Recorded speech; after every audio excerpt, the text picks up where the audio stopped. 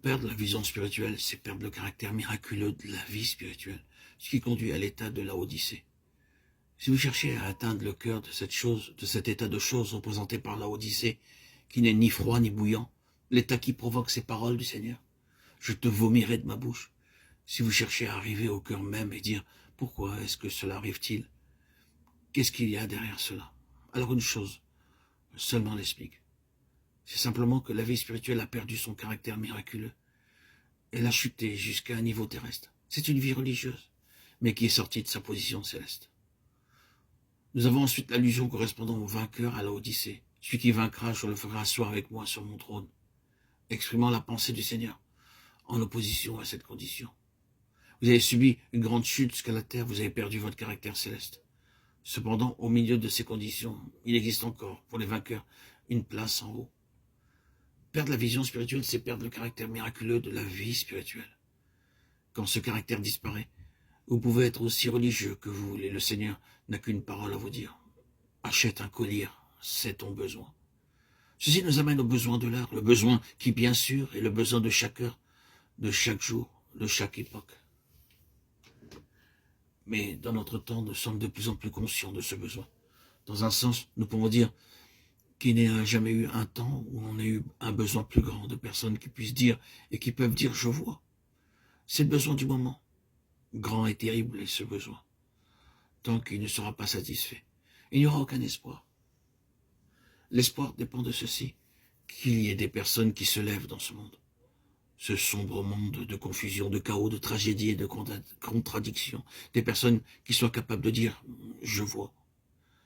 Ah, si un homme ayant une position d'influence, jouissant de considération, se révélait aujourd'hui comme un homme qui voit, quel nouvel espoir naîtrait avec lui? Quelle nouvelle perspective? C'est là le besoin. Que ce besoin soit satisfait de manière publique, nationale, internationale ou pas, je ne sais. Mais ce besoin doit être satisfait de manière spirituelle par des personnes sur cette terre qui se trouvent dans cette position et qui peuvent réellement dire « je vois ». Voyez-vous, le christianisme est devenu de beaucoup une tradition. La vérité a été résolue en vérité et mise dans un livre bleu, le livre bleu de doctrine évangélique, une chose établie et protégée. Ce sont les doctrines évangéliques. Elles établissent les limites du christianisme évangélique dans la prédication et l'enseignement. Elles sont présentées dans des formes variées et nombreuses. Elles sont servies avec des illustrations, des anecdotes intéressantes et attirantes, et avec une originalité étudiée et exceptionnelle, de sorte que les vieilles vérités ne soient pas trop évidentes, mais une quelconque chance d'être comprises grâce aux vêtements avec lesquels on les habille. Beaucoup dépend aussi de l'habileté et de la personnalité de celui qui prêche. Les gens disent « j'aime son style, j'aime sa manière, j'aime sa façon de dire les choses ». Et beaucoup dépend de cela. Mais quand on a retiré tout ce qui les accompagne, qu'on les a déshabillés de tous ces ornements, les histoires, les anecdotes, les illustrations, la personnalité, le talent du prédicateur, quand tout cela a disparu, nous avons simplement les mêmes vieilles choses. Certains d'entre nous avançons et surpassons le dernier prédicateur dans la façon de les présenter, afin que ces choses gagnent quelques acceptations, quelques impressions. Mais je ne pense pas que ce soit une critique peu aimable, car c'est ce qui se passe, et que personne ne pense que je demande un changement ou un rejet des anciennes vérités.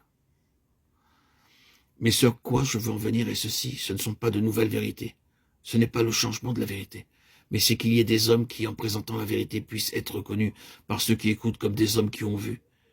Et cela fait toute la différence. Pas des hommes qui ont lu, étudié et préparé, mais des hommes qui ont vu, dans lesquels il y a cet élément d'émerveillement, de l'aveugle-né, que nous trouvons dans l'évangile de Jean. S'il est un pécheur, je ne sais. Je sais une chose, c'est que j'étais aveugle, maintenant je vois. Jean 9, 25. C'est là le besoin, cette chose indéfinissable, qui aboutit à l'admiration, vous fait dire, cet homme, cette femme a vu quelque chose.